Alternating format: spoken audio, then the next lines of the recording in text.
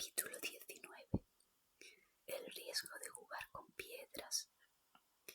Ekei palpó los pechos desnudos de la joven con gesto serio y concentrado. Examinó detenidamente ambos senos y comprobó que no tenía el tamaño adecuado. Además, los pezones estaban descarnados y agrietados, lo que lo llevó a negar con la cabeza.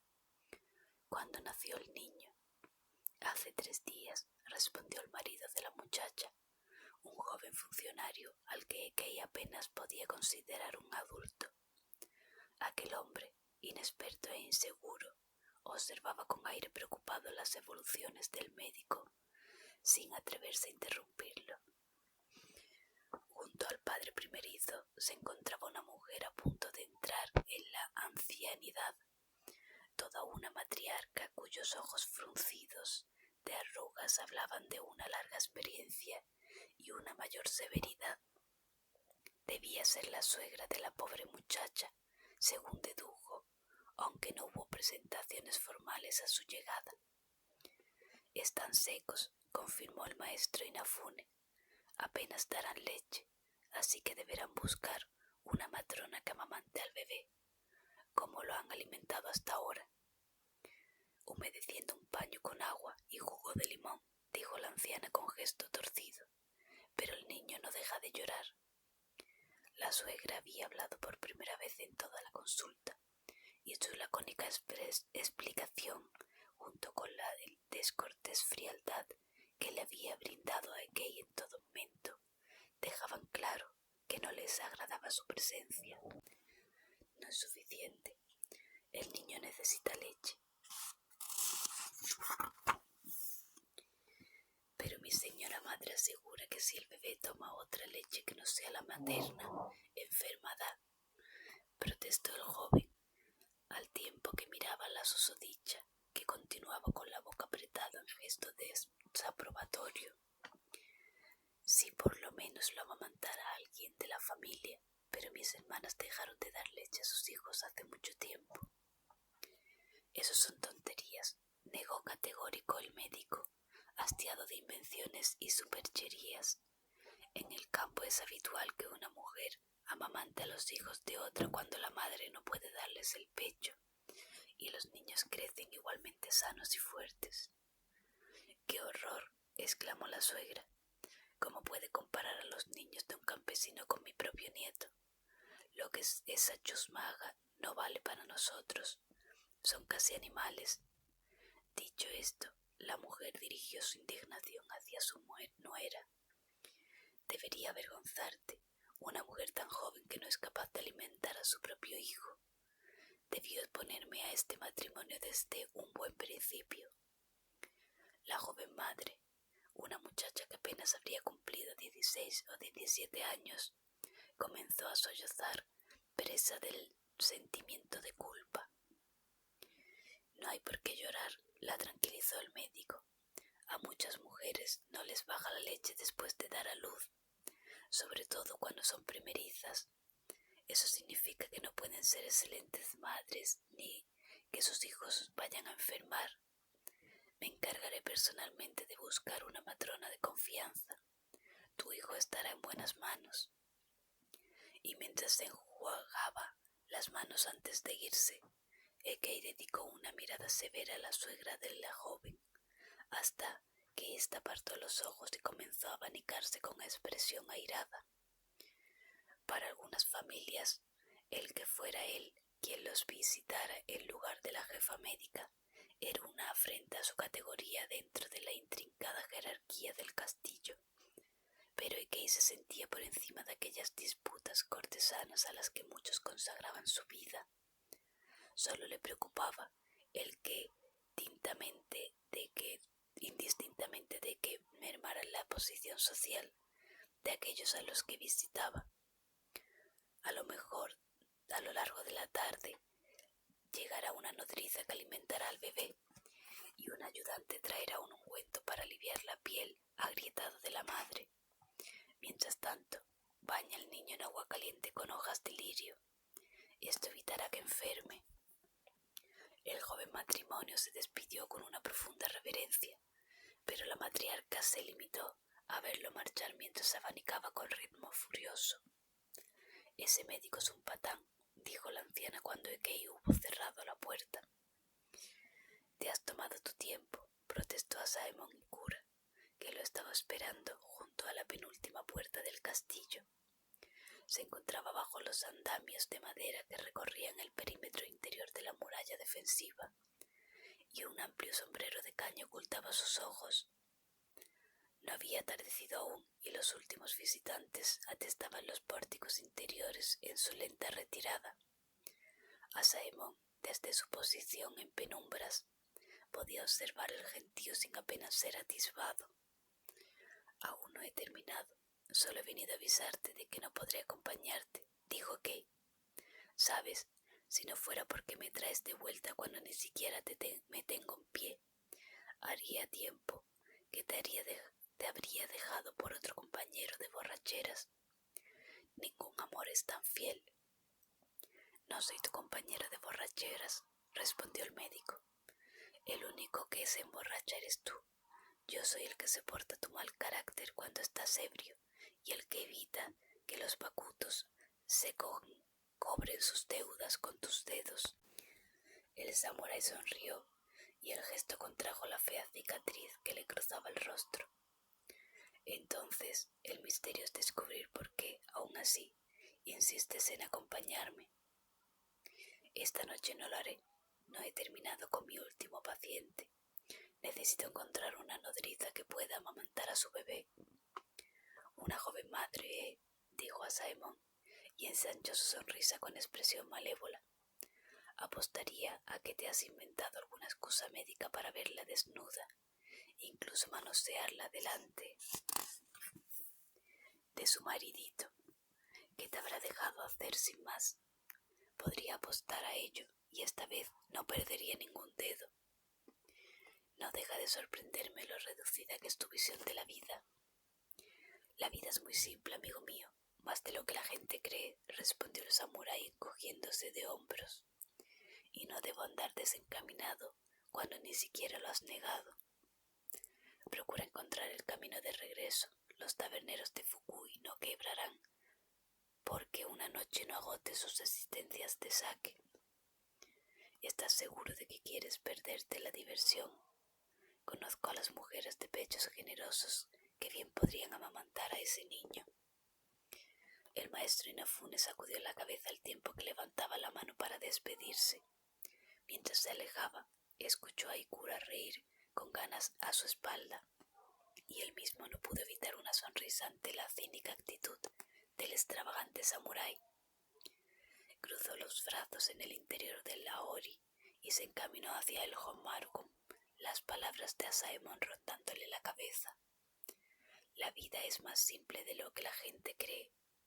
Desde hacía tiempo había comenzado a apreciar cierta sabiduría desabrida en sus comentarios, y en más de una ocasión se había sorprendido meditando sobre alguna de aquellas secas verdades escupidas entre taza y taza de sake.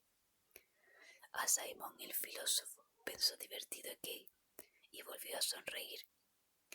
Maestro Inafune», una voz joven le sacó de sus cavilaciones. Ume, la ayudante de Ojine, se lo llamaba la carrera, llegó hasta él, como si de repente recordara las normas de cortesía. Le saludó adecuadamente con una inclinación. «Maestro, la señora quiere verle». «¿Ha ocurrido algo?». La muchacha negó con la cabeza. «No lo sé. La maestra Ito le espera en la antesala de los aposentos de su señoría». Ekei asintió y le dio las gracias a Ume antes de encaminarse con pasos rápidos hacia la torre, pero se detuvo al poco y se volvió hacia la joven. «Ume, ¿conoces a la familia Ikegami?». La chica asintió. «Escúchame bien, es importante. Han tenido un bebé hace 3 días, pero la madre apenas puede darle el pecho. Debes buscar una nodriza que lo pueda amamantar. No sé a quién se recurre en estas circunstancias. Llévala al hogar de los Ikegami y asegúrate de estar presente cuando alimenta al niño. La primera lactancia es importante». «Pero no sé si...». «Ume, No te preocupes por lo que pueda decir tu ama, dijo el médico anticipándose a las preocupaciones de la joven. Yo hablaré con ella. Sí, maestro. Ve, es importante. Por la noche te preguntaré cómo ha ido todo. Ekei no se demoró más. Sintió como una eternidad el tiempo que tardó en cruzar los sucesivos tramos de la fortaleza y llegar a la torre del homenaje. Una vez allí, los guardias le abrieron paso y se apresuró escaleras arriba. Funcionarios, militares y criadas le dirigían miradas de sobresalto a su paso, pues ya se sabe que ver correr a un médico nunca es un buen augurio. Cuando llegó a la planta que comprendía los aposentos del daimio, pudo observar que el ambiente era distendido y cotidiano, nada que ver con la atmósfera reinante en su primera visita.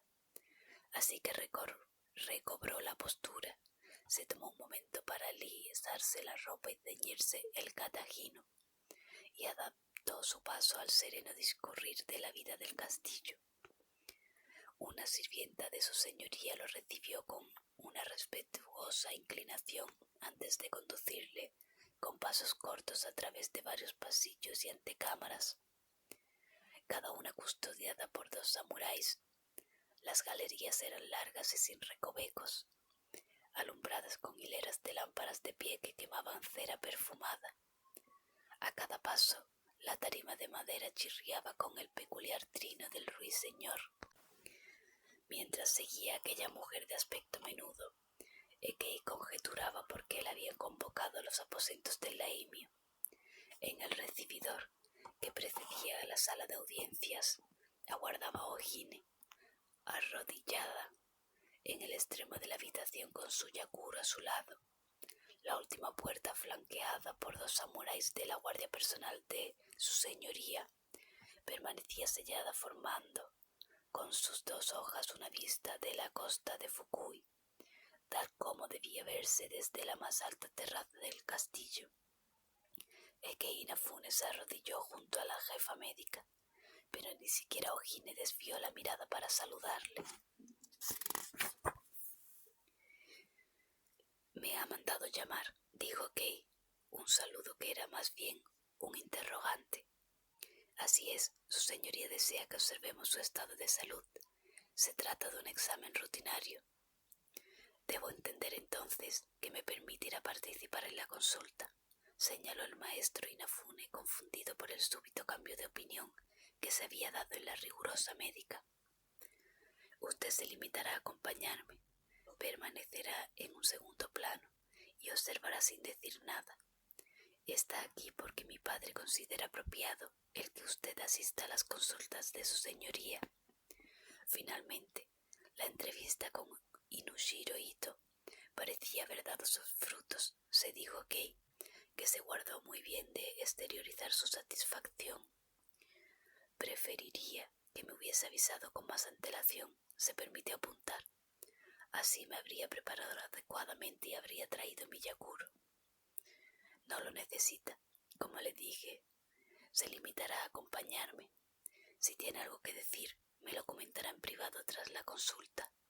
Y mirándole por primera vez a los ojos, le advirtió: se abstendrá en todo momento de dirigirle la palabra a su señoría. Solo podrá hablar si el señor Yamada le pregunta de forma directa. Por supuesto, asintió Ekei con absoluta gravedad. La última puerta se abrió y la sirvienta que lo había conducido hasta allí les indicó que podían pasar. Ekei esperó a que la jefa médica se adelantara y siguió con actitud humilde. Cuando entraron en la sala, la puerta se cerró tras ellos y quedaron a solas con el león de Fukui. El daimio les aguardaba al otro lado de la estancia, sentado sobre una tarima de 2 escalones que lo elevaba por encima de cualquier visitante. Observándolo, Ekei comprendió perfectamente el porqué de su sobrenombre. La melena blanca, la barba furiosa, sus espesas cejas de ceño desafiante. El peso de la edad ni siquiera había encorvado sus hombros, solo los profundos surcos bajo sus ojos, acaso por cada década de guerras y traiciones, delataban el cansancio de un hombre viejo. Ante la presencia del señor del castillo, Los dos médicos cayeron de rodillas y tocaron el suelo con la frente. «Oh, Tono», saludó la maestra Ito. «Hemos venido tal y como habéis solicitado. Dime, Ojine, ¿cómo está tu padre?» En la voz del viejo se deslizó un matiz de afecto que no pasó desapercibido a Ekei. «Esta mañana pude hablar con él. Os envía saludos». «Ah, el viejo Ito. Debo verle pronto. Los ancianos no debemos permitir que nuestras ocupaciones nos impidan disfrutar de los amigos. No es sabio posponer las cosas cuando el tiempo te pisa los talones». Ojine sonrió con franqueza, y aquella calidez le resultó a Ekei aún más inaudita que la cordialidad mostrada por el feroz señor de la guerra. Era evidente que se profesaban un afecto mutuo. «Estará encantado de acudir cuando lo deseéis». Zanjadas las formalidades, Torakusu Yamada indicó a los médicos que se aproximaran y se desprendió de la parte superior del kimono. Ojine subió a la tarima, colocó su caja de medicinas en el suelo y comenzó su examen. Ekei, obediente, permaneció en su sitio, observando las evaluaciones de la médica.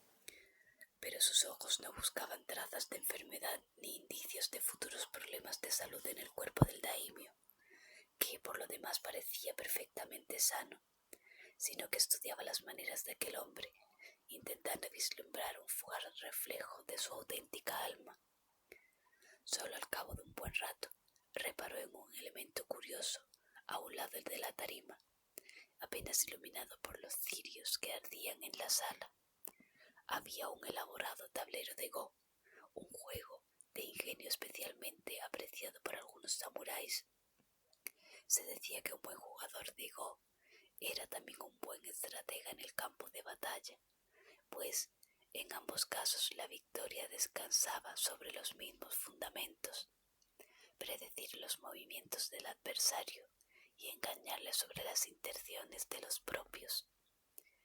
Mientras Ojine continuaba con su cuidadoso examen, Ekei quedó cautivado por la presencia de aquella mesa de juego tallada a partir de un solo bloque de madera. Estaba teñida de amarillo, según era costumbre, y el maestro carpintero había trabajado el pie hasta darle forma del fruto kuchinashi.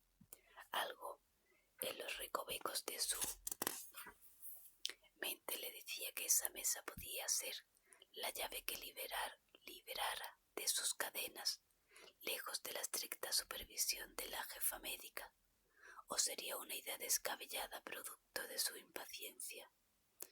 Contempló abstraído las piedras de canto rodados que se distribuían sobre las intersecciones de las 19 líneas horizontales y las 19 verticales que recorrían el tablero.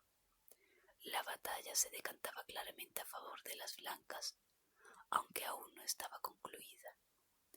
«Vuestra salud es excelente, como de costumbre», escuchó decir a Ojine, y se obligó a apartar la vista de la mesa de Go y a centrarse en su papel.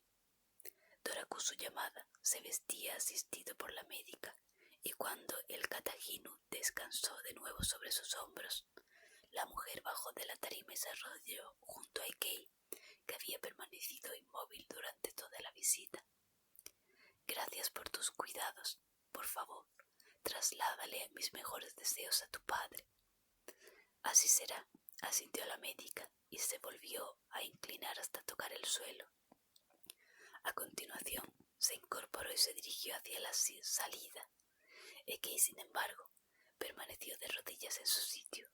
Cuando Ojine se percató de que no la seguía, se detuvo en el umbral y miró hacia atrás un tanto sorprendida, pero ya era demasiado tarde para detener el atrevimiento de Maese Inafune. «Oh, Tono, si me lo permitís, querría saber si jugáis con las negras o con las blancas». El león de Fukui clavó la mirada en su segundo médico, durante un largo instante en el que Ekei no consiguió escuchar el latido de su corazón.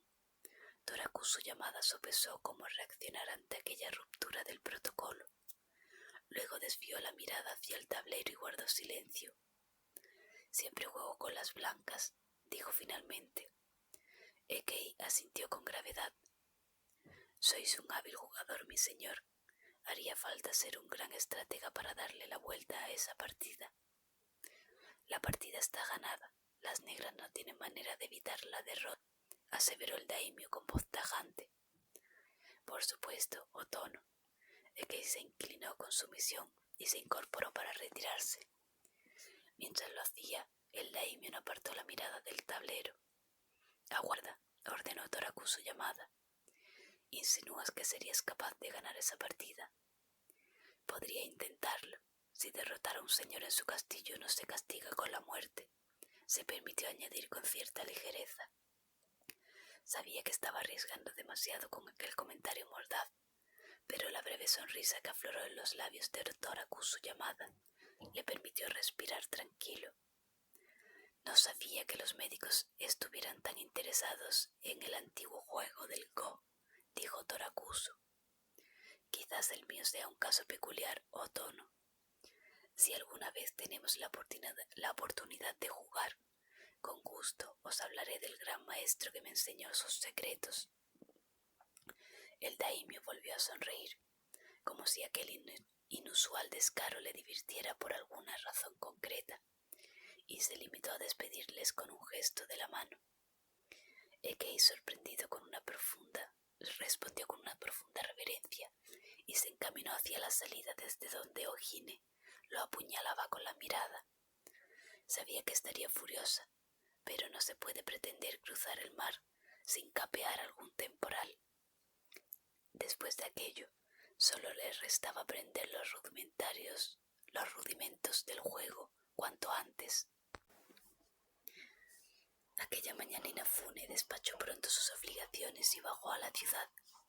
Tenía la esperanza de que su velado desafío a Torakusu Yamada hubiera sembrado cierta curiosidad en el viejo señor de la guerra. Quizás el deseo de aleccionar a un médico tan engreído como para considerarse maestro en un juego reservado para estrategas y hombres de honor. Si la semilla germinaba, bien al cabo de unos días o de unos meses, debía estar preparado para ofrecer un desafío a la altura de las expectativas que él mismo había generado. Su intención era adquirir un tablero de Go y una caja con piedras para poder practicar. Si la suerte lo acompañaba, quizá podría encontrar incluso algún manual con jugadas claves. Sin embargo, la tarea resultó mucho más ardua de lo esperado. El Go no era un juego habitual entre clases populares, y Fukui no era una de las grandes capitales en cuyos comercios se podía encontrar objetos traídos desde cualquier rincón del país, de China o incluso de los bárbaros del sur. Todo lo que consiguió fue una promesa de algunos mercaderes de buscar un juego para él en las próximas expediciones procedentes de Osaka. Cegó en su empeño y decidió aprovechar su salida matutina de otro modo. Iría a ver a los enfermos del barrio de Natsume, después de las visitas que había efectuado junto con Ojine. Sus servicios no habían vuelto a ser reclamados, por lo que ambos médicos dieron por sentado que los enfermos habían respondido al tratamiento y que los contagios no habían ido a más. Aún así, Ekei quería comprobar la evolución de los pacientes, quizás descubrir algo más sobre aquella extraña dolencia que solo había afectado a unos cuantos varones de mediana edad del barrio de mercaderes. Llegó a la residencia de Ryoja Nida antes del mediodía. Llamó a la puerta y le abrió un criado que lo reconoció inmediatamente. Le pidió que esperara en el jardín a su señora. Mientras aguardaba, Ekei se deleitó contemplando la casa de té erigida al final de la senda. La fuente para el aseo de los invitados a la ceremonia se hallaba colmada, y las gotas destiladas por la caña de bambú la hacían rebosar con un agradable tintineo. Cuando la señora de la casa salió a recibirle, a Ekei le sorprendió el alivio que parecía embargarla. «Maestro Inafune, gracias por venir. ¿Quién le ha avisado?» «¿Avisarme? Nadie. He venido por casualidad. sé si los antepasados velan por mi marido. Por favor, sígame, le pidió con una reverencia, y sin más dilación lo condujo al interior de la vivienda. Ha vuelto a enfermar. Se encuentra igual que antes. Una recaída, musitó el médico, cuando comenzó a empeorar de nuevo. Hará una semana, indicó la esposa mientras se recogía los bajos del kimono para poder subir con pasos rápidos los escalones. Tan recientemente. Mejoró con el tratamiento que la dama Ito le prescribió. A los pocos días se recuperó por completo y durante semanas ha estado bien. Un buen carácter y comiendo sin remilgos. Pero la semana pasada volvió a enfermar. Esta vez ha empeorado más rápidamente que antes. Es extraño, las recaídas suelen ser antes de que el enfermo se recupere del todo, pero enfermar 2 veces de lo mismo en tan poco tiempo, eso no es habitual. La señora Nida guardó silencio al llegar junto a la puerta de la habitación en la que se encontraba su esposo. La abrió y le solicitó al médico que pasara. Ekei se encontró con un enfermo que ya no hacía esfuerzos por mantener una apariencia de normalidad. Se hallaba tendido sobre el futón y sudaba fiebre de forma evidente. Su respiración era superficial y dificultosa. El maestro Inafune observó que vestía un kimono rojo, probablemente por consejo de algún bonzo, para alejar la enfermedad y los malos espíritus. Ryohan Nida lo miró con desgana a través de los ojos entornados. Levantó un dedo trémulo con el que señaló al recién llegado. Prometieron visitarme a los pocos días de recetarme su tratamiento. Sin embargo, no volvieron. Nos dijeron que su mejoría era ostensible. Sí, resulta ostensible, señaló con ironía el mercader, y su amago de risa fue interrumpido por un acceso de tos. ¿Qué ha dicho el médico que lo está tratando?, preguntó Ekei a la mujer, que permanecía arrodillada junto a la puerta. Le ha recetado tisanas depurativas y nos ha mandado quemar en la habitación hojas de pino e incienso curativo y rezar cada anochecer durante la hora del jabalí y otra vez al amanecer durante la hora del dragón. Ekei asintió con expresión grave. Aquellos consejos, en el supuesto de ser útiles, solo trataban los síntomas, pero no la verdadera causa de la enfermedad. Para atacar el origen del mal primero, había que identificarlo, así que lo examinaría a su manera, sin la mirada suspicaz de Ojine, enjuiciando cada paso que daba.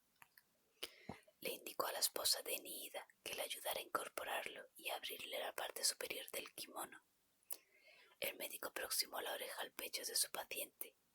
Le pidió que respirara profundamente. ¿Para qué?, preguntó el enfermo, tan poco colaborativo como lo recordaba. Quiero escuchar cómo entra el aire. Según el sonido puedo discernir si es un tipo de enfermedad u otra. Eso es absurdo. Ekei suspiró contrariado e impaciente. Es similar a lo que hacen los jardineros con un árbol. Golpean el tronco y, atendiendo al sonido, saben si la madera está sana o enferma. Yo no soy ningún árbol, maestro Inafune. Soy víctima de un espíritu cruel que ha hecho presa en mí. Ya lo hizo una vez y como consiguió arrastrarme al Meido, ha vuelto por mi alma. Puede ser, pero respira profundamente, no le hará ningún mal. El enfermo masculló entre dientes y obedeció. Ekei aplicó la oreja y oyó el rumor de los pulmones. A continuación le pidió que se tendiera y dio golpes secos con los dedos en distintas zonas del torso. Indicó a su paciente que abriera la boca y olió su aliento, y estiró uno de los párpados inferiores para observarle los ojos, pues algunas sustancias dañinas coloraban el globo ocular.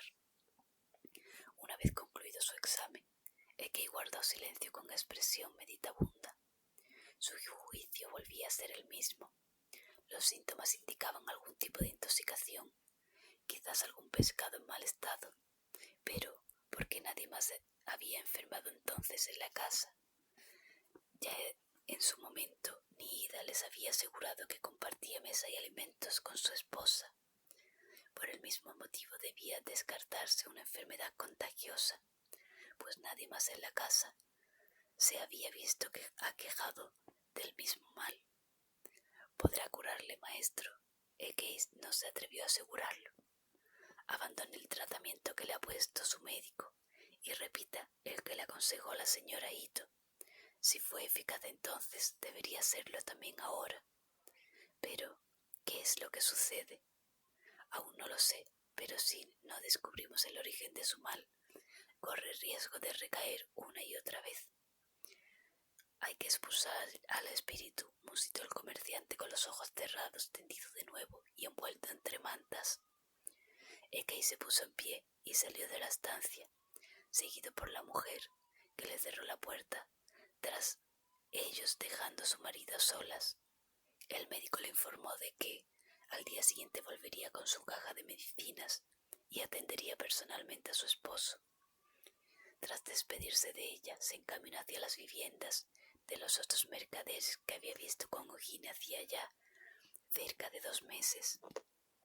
Casi todos presentaban síntomas similares a los de Ryohan Nida, y a través de ellos pudo saber que la extraña dolencia se había extendido a muchos otros. Aquel día, Ekei Inafune no comió ni volvió al castillo hasta que hubo visitado a todos, pero cada enfermo que examinaba, lejos de darle una respuesta, no hacía sino sumirlo más en la confusión.